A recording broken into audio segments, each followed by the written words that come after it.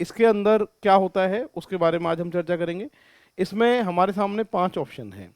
केवल फर्स्ट दी गई जानकारी के लिए उत्तर देने के लिए पर्याप्त है, जबकि सेकंड वाला पर्याप्त नहीं है, तो ऐसी कंडीशन में आपको एक आंसर देना है, ठीक है।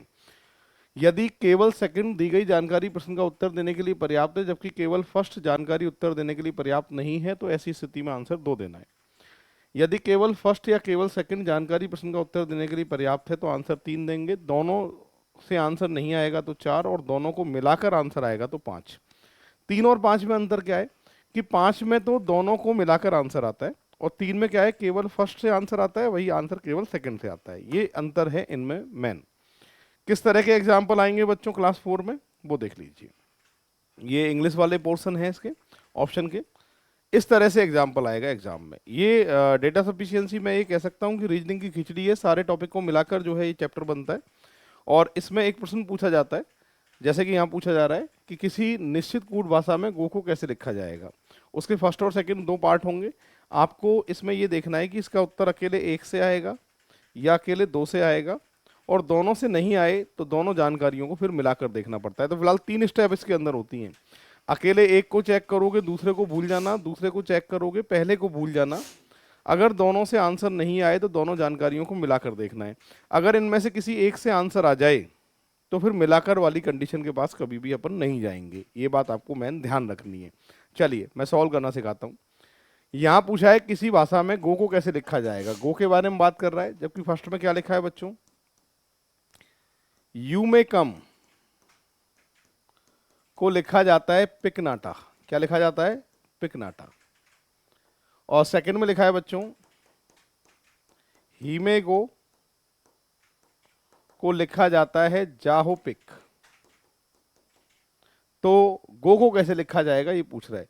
अकेले एक में पहले देखो, शुरू से लेके आखिरी तक कहीं भी आपको गो दिखाई दे रहा है क्या, नहीं दिखाई दे रहा है। तो ये बात फाइनल हो गई, अकेले एक से तो आंसर नहीं आएगा, ये क्लियर हो गया। अब अकेले 2 में गो तो दिखाई दे रहा है, पर सर गो का कोड जा है, हो है या पिक है, ये क्लियर नहीं है। और जब क्लियर नहीं है तो अकेले दूसरे से भी आंसर नहीं आएगा। तीसरा स्टेप होता है बच्चों हमारा मिलाकर, दोनों जानकारियों को मिलाकर देखना है। इन दोनों में मे कॉमन है, इन दोनों में पिक कॉमन है। अगर मुझसे मे का कोड पूछा होता तो मेरा आंसर आता कि दोनों जानकारियों को मिलाकर उत्तर देने के लिए पर्याप्त है। पर अब यहाँ किसी भी सूरत में जो है गो का कोड नहीं आ रहा है। ऐसी स्थिति में आपका उत्तर आएगा 4। 4 ऑप्शन पे मैंने क्या लिखाया था, ना तो फर्स्ट ना ही सेकंड उत्तर देने के लिए पर्याप्त है। जब दोनों से आंसर नहीं आएगा तो ऐसी स्थिति में ऑप्शन को देखकर आंसर क्या देके आओगे, 4। हमारे एग्जाम में 5 में से 4 ही ऑप्शन आएंगे, एक ऑप्शन उनमें से हटेगा। और कौन सा ऑप्शन हटेगा उसकी टेंशन नहीं लेनी है, जो आंसर नहीं होगा वो हटेगा, और आंसर जो होगा वो ऑप्शन में होगा, और हम सही करके आएंगे उसको, ठीक है। चलिए ये फर्स्ट नंबर का एग्जाम्पल हुआ है बच्चों। सेकंड नंबर का एग्जाम्पल बोर्ड पे है। यहाँ पर लिखा है PQRSTV इनमें से कौन सबसे भारी है। चलिए फर्स्ट वाले की बात करते हैं। अकेले फर्स्ट से चेक करते हैं आंसर आ रहा है कि नहीं आ रहा है। अकेले एक से, अकेले एक में कह रहा है कि P और S QTV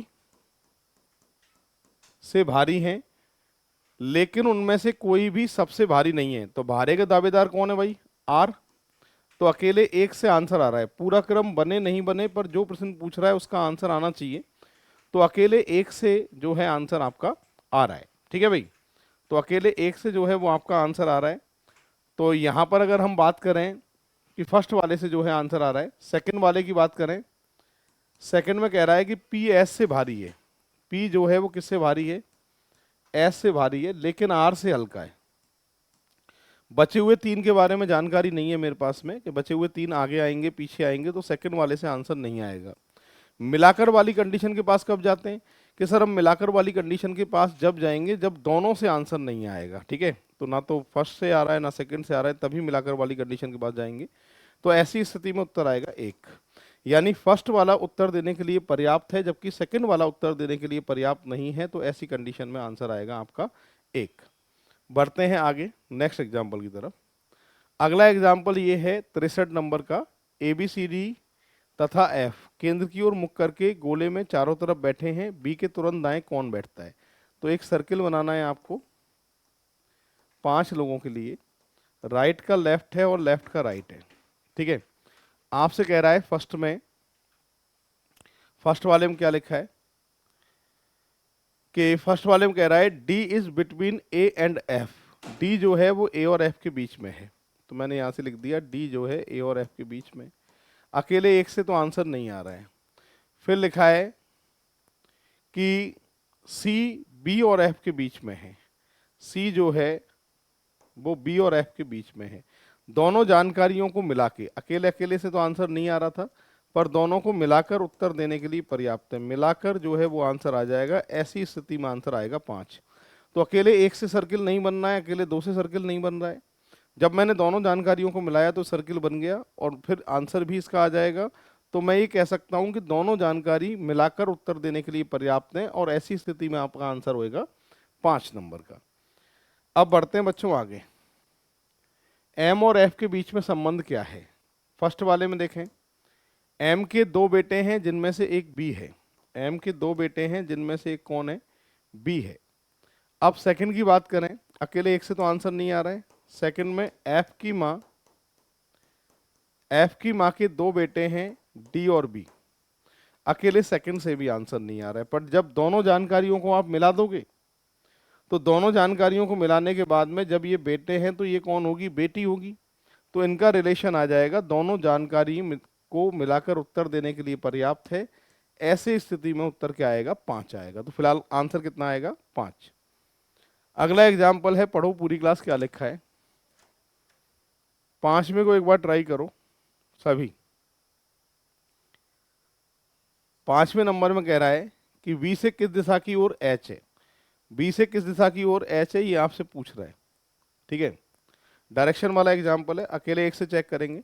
एस के दक्षिण में है, एस जो है वो के दक्षिण में है, जो वी के पश्चिम में है। जो हुइज सेकंड पर्सन की बात करता है, वी के पश्चिम में कौन है? के। तो बी का पश्चिम हमेशा लेफ्ट हैंड साइड की तरफ रहता है। तो अकेले एक से जो है वो आंसर आ रहा है कि चेक करो एक बार, वी से किस दिशा की ओर एच है। इसमें एच ही नहीं है, तो मैं ये कह सकता हूं कि अकेले एक से तो आंसर नहीं आ रहा है, फाइनल है। अब अकेले दूसरे से देख लेते हैं एक बार। एम एच के उत्तर में है, एम जो है वो एच के उत्तर में है, जो बी के पूरब में है। जो सेकंड पर्सन बी के पूरब में कौन है बच्चा? एच। बी के पूरब में एच है, जो बी के पूरब में है। तो आपसे पूछ रहा था बी से किस दिशा की ओर एच है। बी से पूरब दिशा की ओर एच है, यानी सेकंड वाला जो है उत्तर देने के लिए पर्याप्त है। सेकंड वाला उत्तर देने के लिए पर्याप्त है, फर्स्ट पर्याप्त नहीं है। तो ऐसी कंडीशन में आपका आंसर आएगा बच्चों 2। दूसरे में क्या लिखाया था ऑप्शन में कि जब फर्स्ट पर्याप्त नहीं है, सेकंड उत्तर देने के लिए पर्याप्त है, तो ऐसी स्थिति में आंसर आता है आपका 2। इस तरीके से सॉल्व होगा ये 65। बढ़ते हैं आगे 66। बी का एस से क्या संबंध है? बी कौन है? एस का। How is B related to H? First वाले से चेक करता हूं। एच की मां, एच की मां बी के पिता के पुत्र, बी के पिता के पुत्र, बी के पिता के पुत्र की बहन है, ठीक है। अब इसको एक बार चेक कर लेते हैं। आपके पिता का पुत्र आपका भाई, भाई की बहन बहन, और बहन का जो पुत्र या पुत्री है वो भांजा भांजी, क्योंकि ये माँ है तो पुत्र या पुत्री भांजा भांजी, और भांजा भांजी का ये बी जो है मामा भी हो सकता है, मौसी भी हो सकती है। तो मैं ये कहना चाहता हूँ कि फर्स्ट से जो आंसर आ रहा है ना, फर्स्ट वाले से, वो मामा भी आ सकता है और भैया मौसी भी आ सकती है। पर इसका दिक्कत ये थी, फर्स्ट अकेले से आंसर आ जाता, इसका जेंडर क्लियर नहीं हो रहा है, तो अकेले फर्स्ट जो है आंसर देने के लिए पर्याप्त नहीं है। मैं सेकंड वाले पे ट्राई करता हूँ। सेकंड में कह रहा है बी टी का पिता है, बी जो है वो टी का पिता है, तो इससे बी का जेंडर क्लियर हो गया। तो अकेले सेकंड से तो आंसर नहीं आएगा, पर फर्स्ट और सेकंड दोनों जानकारी देखो, फर्स्ट वाले से आंसर आ जाता।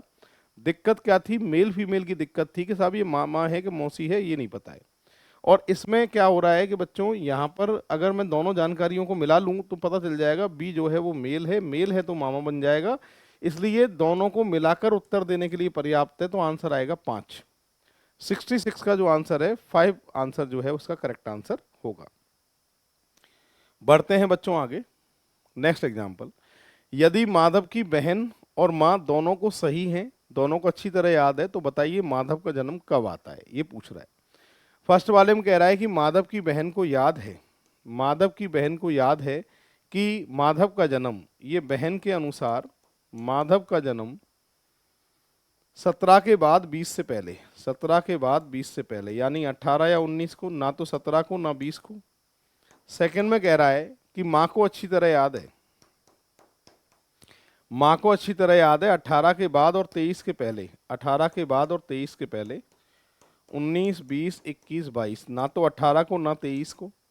अब देखो, बहन को अच्छी तरह याद है और माधव की माँ को भी अच्छी तरह याद है माधव का जन्म, और आपको भी अच्छी तरह याद है, दोनों को कॉमन कॉमन डेट को देखना पड़ेगा। दोनों की जो कॉमन डेट आ रही है वो कौन सी आ रही है साहब? 19 आ रही है। तो माधव का जो जन्म आता है वो 19 को आता है, और इसका उत्तर जो है बच्चों मिलाकर आ रहा है, दोनों जानकारियों को मिलाकर आ रहा है। ऐसी स्थिति में आप उत्तर देके आओगे 5। तो इसका जो 5 आंसर है वो सही आंसर होगा। एक बार लिख लो, देख लो सभी, फिर अगले एग्जाम्पल की तरफ आगे बढ़ेंगे हम।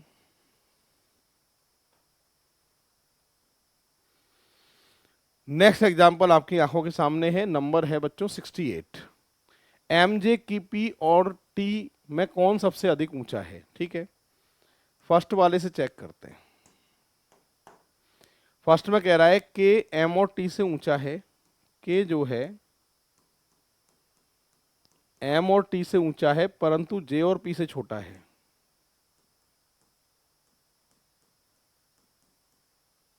अकेले एक से आंसर नहीं आ रहा है, क्योंकि सबसे अधिक ऊंचा कौन है इसकी स्थिति अकेले एक से क्लियर नहीं हो रही है। अकेले दो में देखो, पी सबसे अधिक ऊंचा नहीं है, सबसे अधिक ऊंचा नहीं है, फिर तो क्लियर हो जाएगा, पर अकेले सेकंड से भी आंसर नहीं आ रहा है।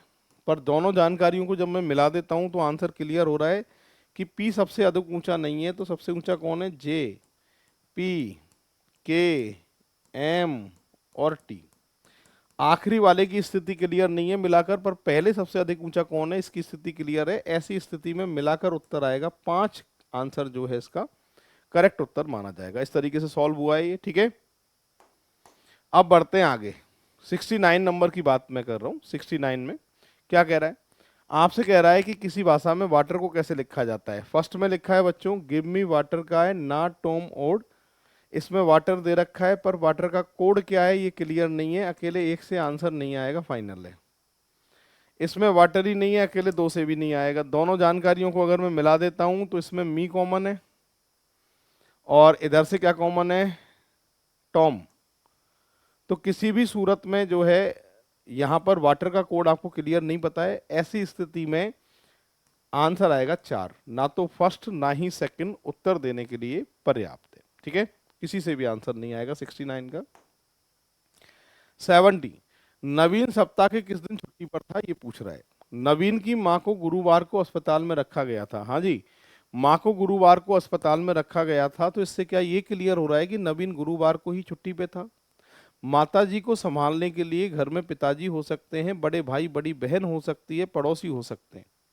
तो फर्स्ट वाले से क्लियर नहीं पता चल रहा है कि गुरुवार को ही छुट्टी ली थी नवीन ने, इसलिए फर्स्ट वाले से आंसर नहीं आएगा। नवीन का भाई शुक्रवार को छुट्टी पर था, इससे भी क्या क्लियर हो रहा है कि नवीन जो है शुक्रवार को भाई ने छुट्टी ली है, तो नवीन भी शुक्रवार को लेगा, या एक दिन पहले लेगा एक दिन बाद लेगा। इसकी स्थिति भी क्लियर नहीं है, इसलिए सेकंड से भी आंसर नहीं आएगा।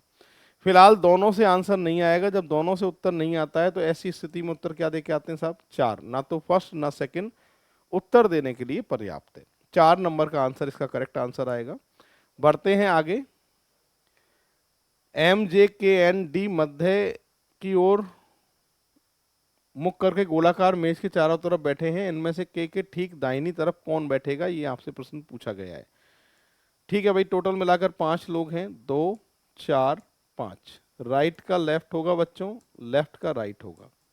आपसे पूछ रहा है कि जे एम और डी के बीच में है, जे एम और डी के बीच में है। डी एन के दाहिनी तरफ बैठना चाहिए, डी एन के दाहिनी तरफ बैठना चाहिए। तो बचा कौन है फिर बचा कौन है कि साहब? इसमें बचा है हमारे पास में जे आ गया, एम आ गया, के बचा है। फर्स्ट वाले से जो है आंसर आ जाएगा कि के ठीक दाहिनी ओर कौन बैठेगा। तो के ठीक दाहिनी ओर कौन बैठेगा? एन बैठेगा, ठीक है। अब जे के बाएं दूसरा है और वह एन के दाएं दूसरा है। सेकंड वाले पे भी देख लेते हैं एक बार। राइट का लेफ्ट है और लेफ्ट का राइट है। यहां लिखा है जे के बाएं दूसरा, के का बायां पहला दूसरा, और वह एन के दाएं दूसरा है, एन के दाएं दूसरा है, और वह एन के दाएं दूसरा है जे, एन के दाएं दूसरा है। आपसे पूछा गया प्रश्न क्या था कि के ठीक दाहिनी तरफ कौन है, के दाहिनी तरफ कौन है, एन। इससे भी आंसर आ रहा है। सेकंड पूरा नहीं बन रहा है सर्किल, पर जो पूछ रहा है उसका आंसर आ रहा है। जब ऐसी स्थिति आ जाए बच्चों कि सेकंड से भी आंसर आए और फर्स्ट से भी आंसर वही आए, तो केवल केवल वाली कंडीशन आती है। केवल फर्स्ट से भी वही आंसर आ रहा है, केवल सेकंड से भी वही आंसर आ रहा है, तो ऐसी स्थिति में उत्तर देके आना पड़ेगा 3। केवल फर्स्ट और केवल सेकंड उत्तर देने के लिए पर्याप्त है। जब अकेले फर्स्ट से भी आंसर वही आए और सेकंड वाले से अकेले से भी आंसर वही आए, तो ऐसी स्थिति में आपका आंसर आएगा 3 नंबर। केवल फर्स्ट और केवल सेकंड उत्तर देने के लिए पर्याप्त है। ठीक है, अब बढ़ रहे हैं बच्चों आगे नेक्स्ट एग्जाम्पल की तरफ। 72 क्यू के गांव के दक्षिण पश्चिम में कौन सा गांव है। क्यू के गांव के दक्षिण पश्चिम में कौन सा गांव है ये पूछ रहा है। ठीक है, डायरेक्शन टेस्ट है। फर्स्ट वाले को देखो, पी गांव उस एन गांव के पश्चिम में है, पी उस एन गांव के पश्चिम में है जो क्यू के पूरब में है। जो क्यू के पूरब में है कौन, एन। अब बच्चों यहां मैं क्यू को लिखूं तब भी पूरब है, यहां लिखूं तब भी पूरब है। तो मैं कहना ये चाहता हूं कि क्यू की स्थिति क्लियर नहीं है, और क्यू की स्थिति क्लियर नहीं होने के कारण अकेले एक से तो आंसर नहीं आने वाला, ये फाइनल हो गया मेरे। डब्लू उस एन गांव के दक्षिण में है, डब्लू उस एन गांव के दक्षिण में है जो क्यू गांव के पश्चिम में है। क्यू के पश्चिम में कौन है, एन। क्यू के पश्चिम में कौन है, एन। अब क्यू के पश्चिम में एन है तो क्यू गांव के दक्षिण पश्चिम में कौन सा है, क्यू के दक्षिण पश्चिम में डब्लू आ रहा है। अकेला सेकंड जो है उत्तर देने के लिए पर्याप्त है, जबकि फर्स्ट वाला जो है वो पर्याप्त नहीं है, यानी पहले से उत्तर नहीं आएगा पर दूसरे से आंसर यहाँ आ रहा है। ऐसी स्थिति में इसका उत्तर आएगा बच्चों 2, यानी फर्स्ट उत्तर देने के लिए पर्याप्त नहीं है जबकि सेकंड वाला उत्तर देने के लिए पर्याप्त है। ऐसी स्थिति में आंसर कितना आता है, 2 आता है। आगे बढ़ रहे हैं, 73 की बात मैं कर रहा हूं। एक बक्से में संतरा, केला तथा सेब है।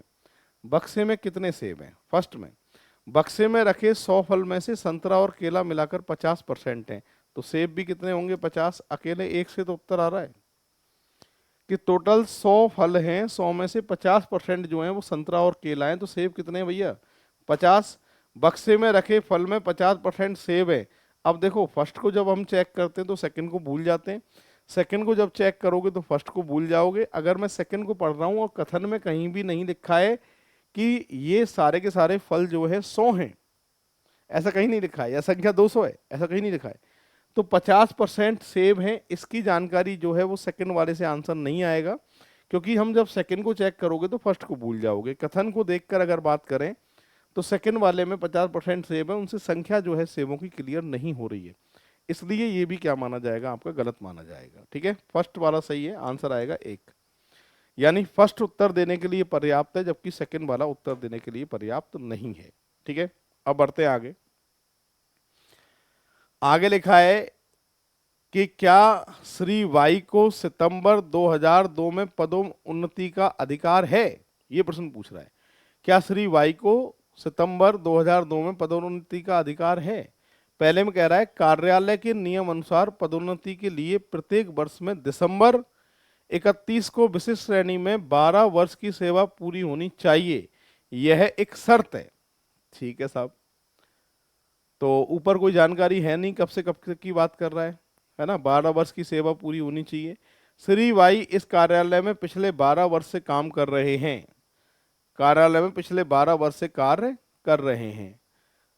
ठीक है, क्या श्री वाई को सितंबर के 2002 में माह में पदोन्नति का अधिकार है, ये पूछ रहा है।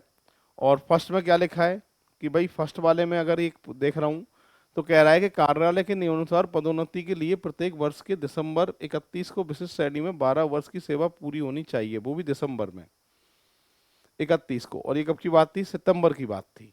श्री भाई इस कार्यालय में पिछले 12 साल से काम कर रहे हैं। तो भैया स्थिति क्लियर नहीं है, और जब स्थिति क्लियर नहीं होगी तो फिर क्लियर आंसर नहीं आएगा। ऐसी स्थिति में 4 नंबर का ऑप्शन जो है ये सही आंसर माना जाएगा। बढ़ते हैं आगे। आपसे कह रहा है कि एबीसीडी अपने कार्यालय का प्रदर्शन 4 लगातार दिन प्रत्येक दिन अलग अलग व्यक्तियों द्वारा किया जाता है, लेकिन आवश्यक नहीं है क्रम उपयुक्त हो। सी अपने कार्य का प्रदर्शन किस दिन करेगा? ठीक है, अब चेक कर लेते हैं। पहला प्रदर्शन जो है बच्चों 23 तारीख मंगलवार से प्रारंभ होगा। 23 तारीख, 24 तारीख, 25 तारीख और 26 तारीख। मंगल, बुध, गुरु और शुक्र। सही है बच्चों। और 23 तारीख मंगलवार से शुरू होगा, उसके बाद डी का प्रदर्शन होगा, यानी 24 तारीख को फाइनल डी आएगा। ए अपना प्रदर्शन 25 तारीख को नहीं करता है, 25 को ए नहीं करेगा ऐसे कह रहा है, तो ठीक है, इसको ध्यान रखेंगे हम। और उनमें से एक ए और बी के बीच में अपना प्रदर्शन करेगा, तो ए और बी के बीच में एक जब ही आ सकता है। लो, ए और बी के बीच में एक, तो बचा कौन है? सी। तो अकेले एक से आंसर नहीं आ रहा था, अकेले दो से नहीं आ रहा था। जब मैंने दोनों जानकारियों को मिला दिया तो किसी भी प्रश्न का इसका उत्तर आ सकता है। और आपसे पूछा था कि सी अपने कार्य का प्रदर्शन किस दिन करता है, तो सी अपने कार्य का प्रदर्शन शुक्रवार 26 तारीख को करता है। और यहाँ उत्तर दोनों जानकारियों को मिलाकर आ रहा है, इसलिए आपका जो आंसर आएगा वो कितना आएगा? 5। 5 जो है इसका सही आंसर माना जाएगा। देख लो भाई 75 है, इस तरीके से हुआ है। अब बढ़ते हैं 76 की तरफ। 76 में क्या पूछ रहा है सुनो। आपसे पूछ रहा है बच्चों देवीपुर और दुर्गापुर के बीच सबसे छोटी दूरी क्या है? ठीक है, फर्स्ट में लिखा है बच्चों कि दुर्गापुर रामपुर से 20 किलोमीटर दूर है। दुर्गापुर जो है रामपुर से 20 किलोमीटर दूर है, ये 20 किलोमीटर। अब यूँ बताओ डायरेक्शन पता है क्या? डायरेक्शन कौन सी डायरेक्शन में है ये पता है क्या? ये नॉर्थ में भी हो सकता है, साउथ में भी हो सकता है, वेस्ट में भी हो सकता है, पता नहीं है, डायरेक्शन नहीं पता है। तो अकेले एक से, देवीपुर का नाम ही नहीं है इसमें, तो अकेले एक से नहीं आएगा। देवीपुर रामपुर से 15 किलोमीटर दूर है। अब रामपुर से 15 किलोमीटर दूर है, उत्तर में है, पश्चिम में है, कहाँ है? डायरेक्शन क्लियर है क्या? नहीं है साहब, इसकी भी क्लियर नहीं है। अरे जब इस दोनों की स्थिति क्लियर नहीं है, डायरेक्शन क्लियर नहीं है, तो आप बताओ सबसे छोटी दूरी क्या होगी? ये अपने मन से बता पाओगे आप? नहीं, किसी से भी आंसर नहीं आएगा। तो आंसर आएगा 4, ना तो फर्स्ट ना सेकंड उत्तर देने के लिए पर्याप्त है। ऐसी स्थिति में 4 आंसर आता है। यहां पर कह रहा है किसी कोड भाषा में इसका कोड ये है, तो चेस का कोड क्या होगा? ठीक है भाई, इसको यहां लिख देता हूं, देखो।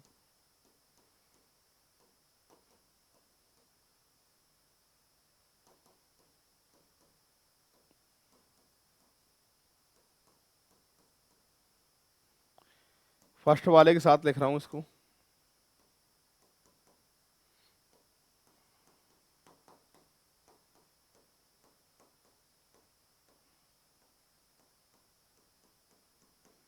ठीक है, तो इसमें फर्स्ट वाले के साथ मैं अगर लिख रहा हूं तो क्या चीज कॉमन है इसमें? B R honest, B common है। और यहाँ पे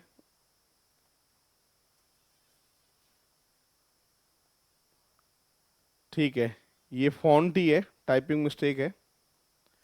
फॉन्ट है तो फॉन्ट से फॉन्ट कैंसिल, और यहाँ बी कैंसिल। अभी भी चेस का कोड क्लियर नहीं है, कहना ये चाहता हूँ। अकेले एक से आंसर नहीं आएगा। ठीक है, सेकंड के साथ देख लो बच्चों।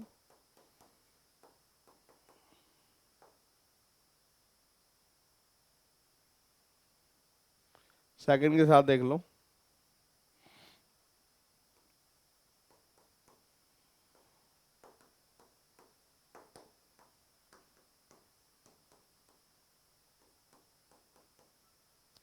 सेकंड के साथ अगर मैं देख रहा हूं,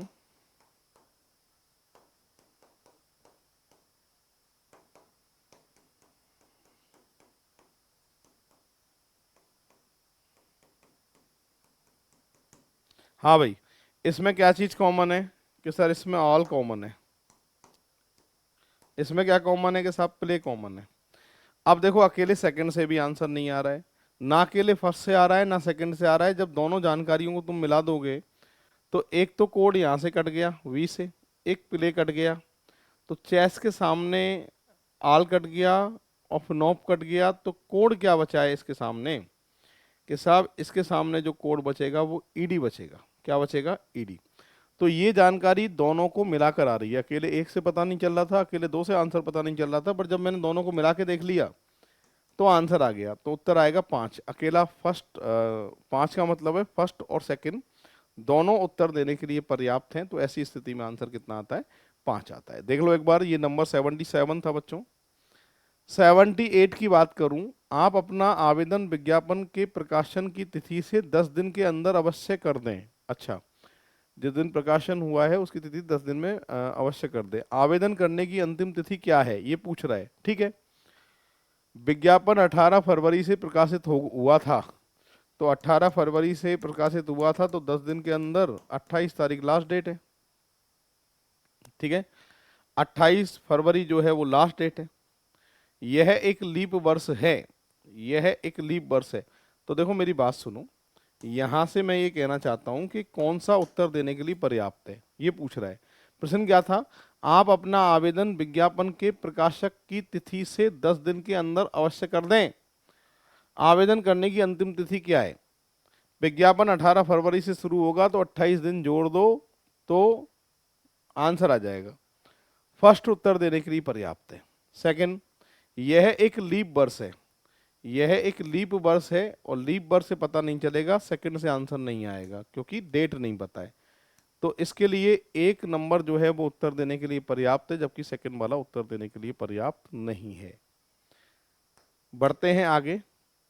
किरण मनोज से बड़ी है, किरण जो है वो मनोज से बड़ी है। दिलीप नीलम से बड़ा है, दिलीप जो है नीलम से बड़ा है। तो इनमें सबसे छोटा कौन है? पहला, किरण नीलम से बड़ी है। अगर किरण को नीलम से बड़ी मैं कर भी देता हूं तो दिलीप और मनोज में से छोटा कौन है ये क्लियर नहीं पता कर पाएंगे हम, अकेले एक से आंसर नहीं आएगा, फाइनल है। सेकंड, मनोज दिलीप से बड़ा है, मनोज को दिलीप से बड़ा कर दूं, मनोज को दिलीप से बड़ा कर दूं तो आपसे सबसे छोटा कौन है, मनोज है या दिलीप है और नीलम है, ये क्लियर नहीं हो पाएगा, इससे भी आंसर नहीं आएगा। अगर दोनों जानकारियों को आप मिला के भी देख लोगे तो भी स्थिति का पता नहीं चलेगा कि इन दोनों में से सबसे छोटा कौन है, मनोज और नीलम में से। ऐसी स्थिति में उत्तर आता है 4, ना तो फर्स्ट ना सेकंड उत्तर देने के लिए पर्याप्त है, मतलब किसी से भी आपका आंसर आने वाला नहीं है। आगे बढ़ते हैं 80 नंबर पे। यहां पर कह रहा है बी ए की बहन है, बी ए की बहन है, ए बी से किस प्रकार संबंधित है? ये बच्चों भाई भी हो सकता है, बहन भी हो सकती है।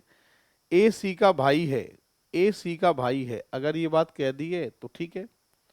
ए डी का चाचा है, ये भी ठीक है।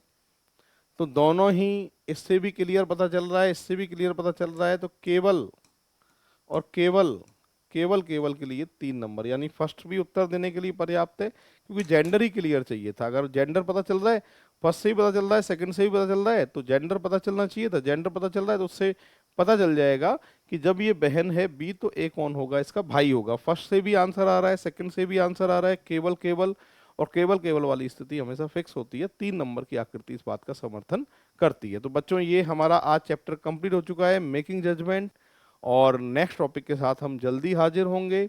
सिलेबस लगभग लगभग मैंने कंप्लीट करा दिया है, फिर भी जिन टॉपिक में कमी है उनको मैं पूरा करता रहूँगा, और आप जुड़े रहिएगा। और टेस्ट सीरीज जरूर देना, टेस्ट सीरीज के लिए बहुत मेहनत हमारी चल रही है, साथ के साथ कोर्सेज के लिए भी हम रिकॉर्ड कर रहे हैं। ठीक है, जय हिंद, जय भारत, राम राम साहब।